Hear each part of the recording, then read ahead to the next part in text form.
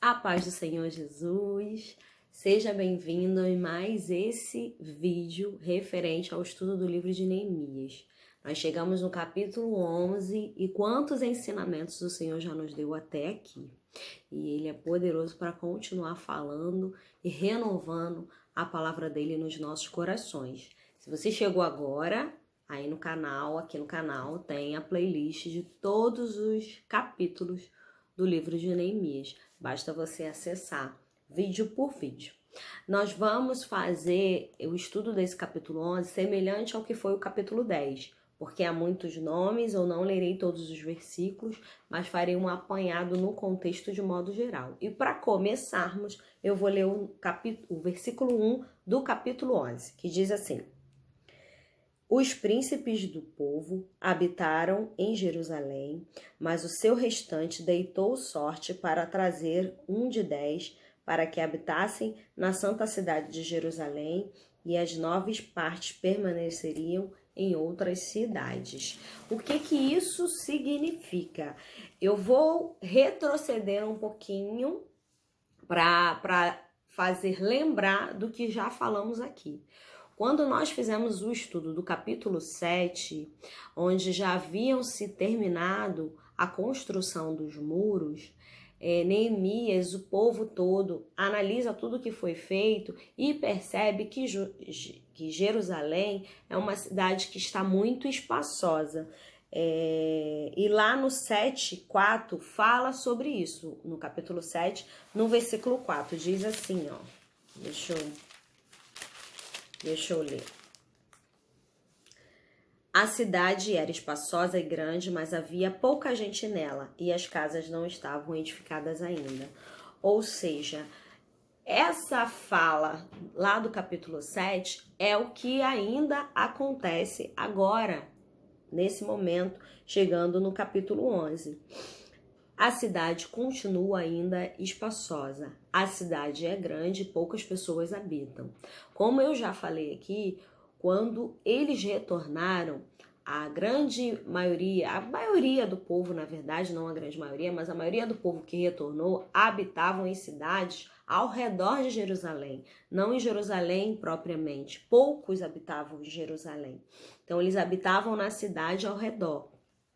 E nesse momento, no capítulo 11, a gente lê que são os príncipes dos povos habitaram em Jerusalém, eles decidem habitar em Jerusalém, mas o seu restante deitou sorte para trazer um de 10 para que habitasse na santa cidade de Jerusalém. O que acontece? A cidade muito espaçosa, grande, vazia, poucas casas edificadas, como nós lemos, como eu li com vocês agora no 7:4. O que acontece? Muito espaço, muito vazia, precisava se ocupar aquela cidade. E ocupar aquela cidade como? Eles decidiram então lançar sorte. Houve os príncipes que decidiram voluntariamente ir habitar e houve aqueles a cada 10, ir habitar em Jerusalém. Então eles lançaram sorte. Na história do povo de Israel e em todas as ordenanças, nós percebemos que muitas vezes para tomar certas decisões se lançava sorte para poder saber sobre quem caía e aí sim tomar a decisão, fazer a escolha, o que fosse necessário. Nesse momento eles usam desse artifício para lançar sorte, para dentre 10, no caso, uma família sair da cidade onde estava, da casa onde estava e ir ocupar um lugar em Jerusalém. E no estudo sobre esse capítulo, diz o seguinte, que precisava escolher e ir por meio da sorte, e tem até a referência lá em Provérbios 16:33, e Neemias não força, não obriga ninguém a mudar, mas é lançado sorte, e aqueles que decidem ir para Jerusalém, eles são abençoados. Os outros que não vão estar em Jerusalém, abençoam aqueles que decidem ir voluntariamente. É lançado sorte, mas você não é obrigado a ir. né? Se você foi sorteado, você escolhe ir ou não. E aqueles que decidiam, não sou sorte, eu fui escolhida, eu vou ir. Eles eram abençoados. Então essa ocupação, ela não foi assim, peraí que Jerusalém tá vazia, vamos ocupar, né? Como nós vemos hoje em dia. Às vezes um local está ocupado, um terreno está ocupado, um prédio está desocupado, perdão.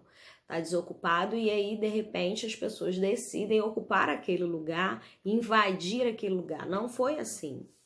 Mas foi necessário traçar uma estratégia para ocupar a cidade, uma vez que ela era grande e muito espaçosa e poucas casas edificadas. Então, dentre o povo, dentre aqueles que voltaram do cativeiro, foram lançados sortes. Então, a cada 10, um ia para Jerusalém, uma família ia para Jerusalém e 9 continuavam nas cidades onde estavam. E assim, de maneira ordenada, de maneira voluntária, de maneira sendo enviados de maneira abençoadora, porque eles decidiam ir, ou seja, ir para lá e começar do zero. Ir para lá e ocupar uma casa que estava toda derribada. E de repente, onde esses que foram lançados sortes estavam habitando, já estavam com as suas coisas no lugar. E muitas vezes, quando a gente já está com a nossa casa no lugar, com a nossa rotina pronta, com tudo já esquematizado, a gente não quer mudar. A gente não quer se lançar de um lugar para o outro para recomeçar, né? São poucos os que decidem comprar um terreno e começar a construir. E aí, pouco a pouco, aquele lugar vazio ir tomando forma, né? Tendo uma estrutura, se tornando um lar.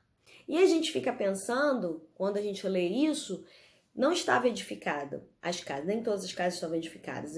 Essa uma família quando chega nessa cidade, vai ocupar um lugar onde ela vai começar do zero.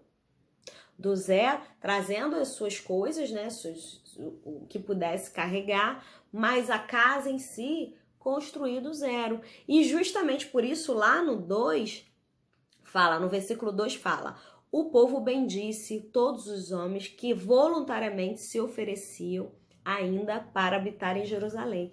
E a gente percebe o contraste imenso. Ou seja, aqueles que decidiam voluntariamente ir, as pessoas abençoavam para que elas fossem. Porque nem todo mundo quer cavar poço, nem todo mundo quer edificar. Muitas vezes a gente quer chegar e tá pronto. Muitas vezes nós queremos chegar e chegar num lugar e habitar numa casa, né? E dar continuidade de um ministério que já está pronto. Outras, o Senhor nos chama para firmar, para fazer os fundamentos, para começar, para dar início, dar um start, né? Que é dar início. Dar start a um novo tempo, a um novo começo, a uma nova forma de fazer, a uma nova ordenança que o Senhor coloca no nosso coração. E não são todos, né? Muitas vezes a gente prefere pegar o grupo que já está pronto, a turma que já está formada, e formar, e galgar, e dar início é muito mais difícil. Em contrapartida, dar início, recomeçar, construir do zero, é você ir fazendo, ir planejando, ir formando do seu modo. Então, da mesma maneira que recomeçar, que partir e começar pelo fundamento é difícil, da mesma maneira é muito proveitosa e é muito vantajoso, porque você vai construir, você vai edificar da sua maneira, do seu modo, fazendo do seu jeito. Porque não tem ninguém para você olhar e você ver que fez e você ir lá e recomeçar. Você está fazendo algo novo. Deus te chamou para fazer algo novo. E ali, quando você é chamado para fazer algo novo, você vai fazer. E outras pessoas que começarem a fazer de você, vai ver o que você fez, para se inspirar e começar a fazer. Então, recomeçar, então sair do lugar onde está, ir para um lugar novo, para começar, para construir, para edificar, é grandioso demais. Então, aqueles de 10 que saía, uma família que saía para recomeçar, ela ia abençoada. Ela foi escolhida, ela ia voluntária, mas ela ia debaixo de uma bênção de todo o povo que estava ali. Vai ser difícil, mas nós abençoamos vocês. E essa bênção não é só a bênção de levantar as mãos e falar, vai na bênção. Não, as pessoas abençoaram financeiramente falando, né? Porque era um tempo de escassez. Então não era fácil recomeçar. Então quem decidia topar esse desafio e habitar a cidade era abençoado pelos outros que ficavam, pelos outros que possuíam um pouco mais.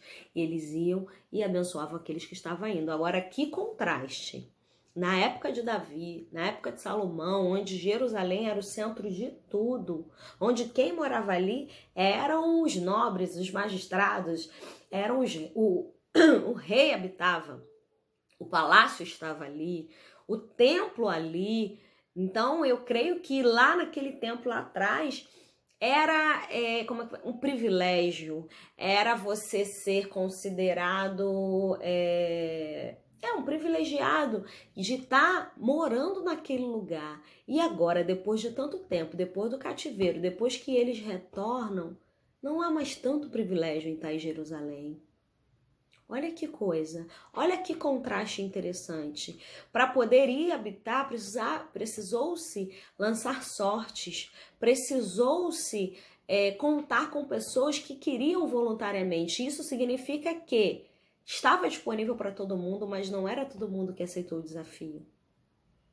Ou seja, a cidade antes, que era o centro de todas as coisas, que era onde estava o rei, era onde estava o palácio, onde tudo acontecia, o centro de todas as coisas, onde está o templo do Senhor. Naquele tempo ali, eu até botei agora naquele tempo, né? Eu até escrevi assim. Era um tempo que não era mais assim. Era uma cidade que não era mais vista com tanto esplendor e glória. Era uma cidade espaçosa, vazia, com casas derribadas. Porque o povo que morava em Jerusalém não retornou. Talvez o povo que morava em Jerusalém foi levado cativo.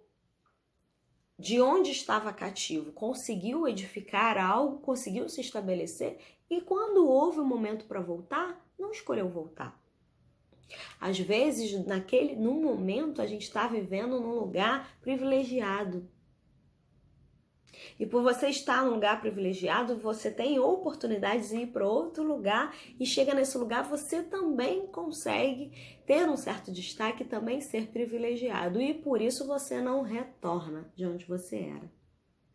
Mas há também aqueles que não moravam num lugar privilegiado, que moravam lá, talvez, na cidade mais distante, que para ir ao tempo era aquela caminhada, lembra? Lembra de Ana? Lembra de Eucana que fazia aquela caminhada até Jerusalém? Então, de repente, quem morava naquela cidade mais longe, precisava fazer aquela caminhada, agora estava podendo morar num lugar de privilégio. Mas que nesse momento não é considerado privilégio. Talvez você esteja vivendo um tempo onde você está sendo levado por um lugar. E talvez esse lugar não seja mais de privilégio como era outrora. Mas olha como é que Deus faz. Você de repente estava num lugar que ninguém olhava, que ninguém via. E de repente lançou-se sorte. E sua vida muda por completo. Porque você vai ser direcionado para um novo lugar, para começar tudo de novo. Mas para começar edificando, para começar estabelecendo, para começar no firme fundamento, para começar com coisas novas. Olha como é que Deus faz. Aí te tira de onde você estava, do lugar distante, para você habitar no centro. Para você não estar no lugar que era de rei, que era o palácio, e você habitar ali na cidade, dentro da cidade. Olha que coisa linda. Como Deus faz. Olha que coisa grandiosa. De repente você olha para você e você fala, meu Deus, eu moro num lugar distante. Eu estou numa posição distante. E de repente você é privilegiado, é sorteado, é lançado sorte. E você agora pode estar num lugar que futuramente vai ser um lugar de destaque. Porque antes os que estavam no lugar de destaque foram levados para outros lugares e decidiram não voltar. E aí você que está lá longe, que precisa fazer um caminho imenso para chegar no lugar de destaque, Deus vai lá e te tira lá do lugar onde você está e te leva para um novo lugar. E te leva para um lugar onde os olhos do mundo estão sobre que cidade? Sobre a cidade de Jerusalém. Nós que aguardamos a vinda do Messias, nós sabemos que que nossos olhos precisam ficar atentos a Israel. E qual é a cidade? Jerusalém. Olha que contraste. Onde o Senhor vai vir nos buscar? Onde que fala Nova Jerusalém? E nesse momento a Jerusalém não é habitada por quem naquele tempo dos reis era habitada. São habitados por outros. E era uma escassez de homens tão grande, era um tempo tão difícil, uma escassez de recursos, escassez. Nós lemos aqui em vários capítulos de Neemias falando da pobreza, falando da época que precisava vender, falando da época que Neemias oferecia aquela mesa, aquele banquete para que todos pudessem ser servidos daquele, ele alimentava todo mundo. Neemias saiu da onde? Lá do palácio. Neemias era o que? Era o copeiro do rei. Mas ele decide voltar, ele decide colocar a mão na obra, ele decide carregar as pedras, ele decide tapar as brechas, ele decide pegar a pedra queimada e reconstruir. E de repente agora, quando ele vê tudo construído, mas ele ainda vê a cidade vazia, ele ainda olha para aquilo tudo e vê que precisa fazer algo. Porque uma cidade vazia, um lugar vazio, é um lugar que vai ser ocupado. E se não formos nós que ocuparmos o lugar que a gente precisa ocupar, virão outros para ocupar. Lembra que eu falei da invasão? De um prédio vazio, de um terreno vazio, as pessoas vão lá e invadem? Então, se nós não tomarmos posse daquilo que Deus tem para a gente, outros tomarão posse. Outros chegarão.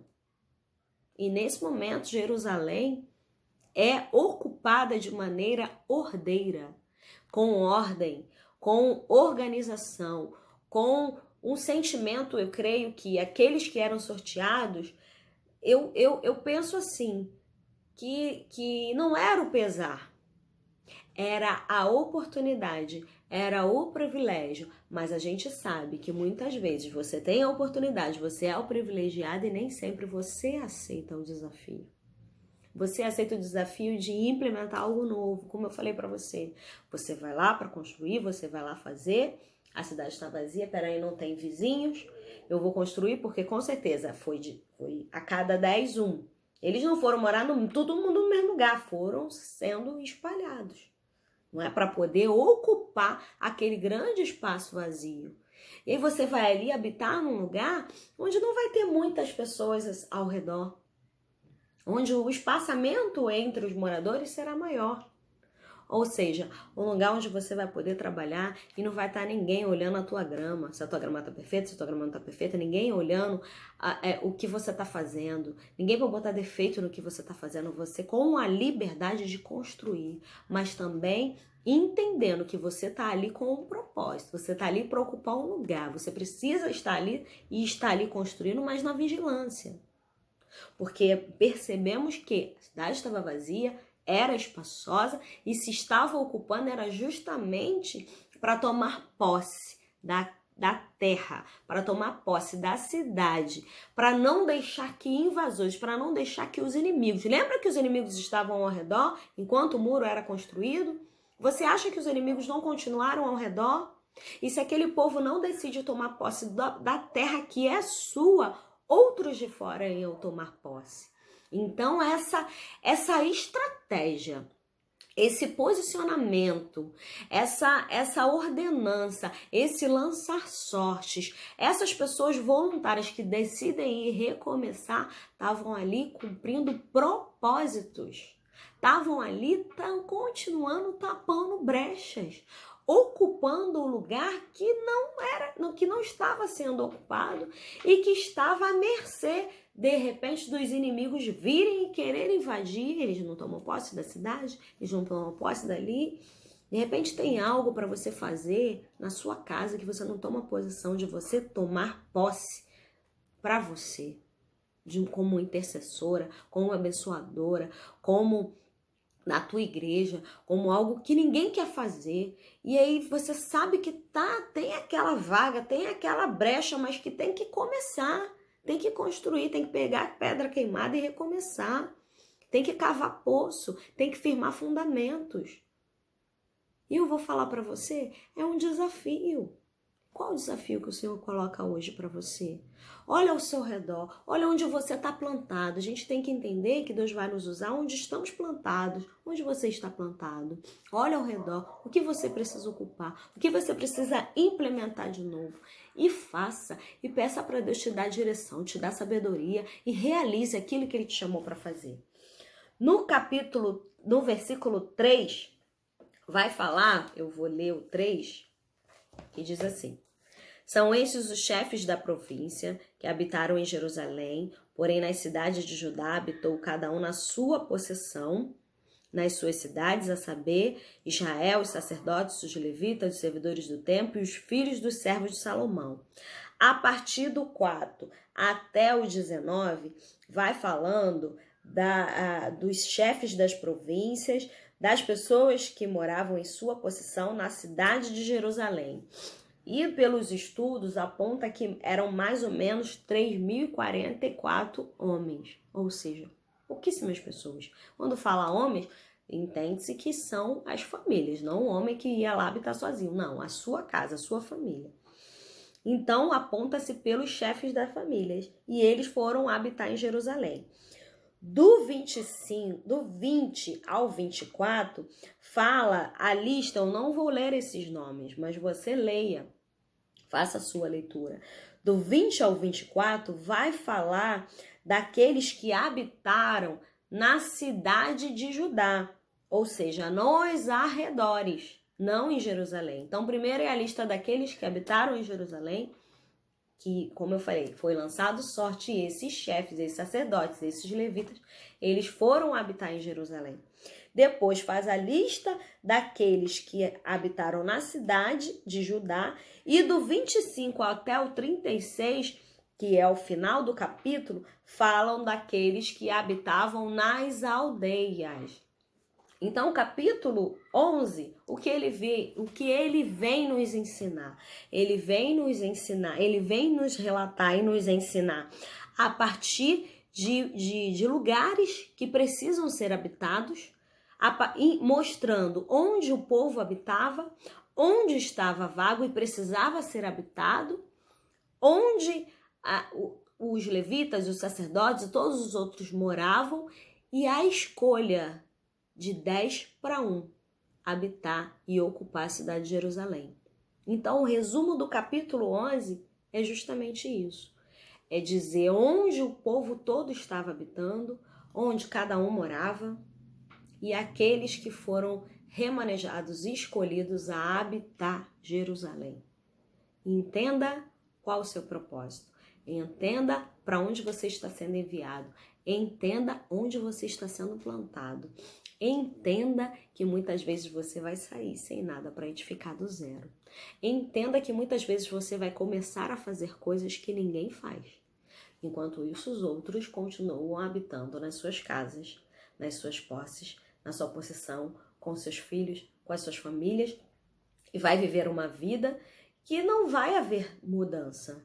Enquanto outros vão tomar posse porque a palavra diz que eles foram voluntariamente, vai tomar posse do desafio e vai se deslocar do lugar onde já estava plantado, firmado, para um novo lugar. E nesse novo lugar vai começar fundamentos novos, uma base nova, uma casa nova, um lugar novo, um propósito novo, um tempo novo estabelecido na cidade. E que cidade? Na cidade de Jerusalém, que agora não estava sendo mais vista como uma grande cidade que todo mundo queria morar, não. Estava sendo lançado sorte para quem fosse para lá. E a peleja era tão grande que aqueles que não foram, que não iriam, que não foi lançado sorte, não caiu o meu nome, eu ia lá e abençoava você que foi. Então entenda que muitas vezes você vai ser enviado para lugares, você vai ser escolhido para ocupar lugares que você talvez não entenda. Talvez, porque assim, é muito mais fácil a gente ficar onde a gente está. A gente continuar fazendo o que a gente já faz. A gente não mudar. É muito mais difícil você mudar. Você mudar de postura, você mudar de emprego, você mudar como é que eu posso dizer? De um novo posicionamento, de um lugar para o outro, de uma casa, né? Há 2 anos eu mudei de casa. Eu mudei de uma estrutura, de um apartamento, e vim morar numa casa, numa outra estrutura. Mas em todas as coisas eu entendi, eu percebi o cuidado de Deus com a minha vida. Apesar da mudança a princípio não ter sido assim, a princípio deu medo, a princípio aquele temor, porque quando a gente muda de um lugar para o outro, a gente precisa desfazer de coisas que eram do lugar anterior. Porque o lugar novo não cabe. Porque o lugar novo não convém. E aí, para poder mudar, você tem que analisar o que você tem, onde você está plantado aqui. Você vai analisar, você vai ver o que você tem. E assim foi comigo. Eu precisei ver o que eu tinha, eu precisei fazer o levantamento, eu precisei escolher o que eu iria levar. Porque onde eu iria ocupar era um lugar diferente. Era um espaço diferente, um bairro diferente, coisas diferentes. E que Deus me plantou nesse lugar onde eu estou gravando esse vídeo para vocês.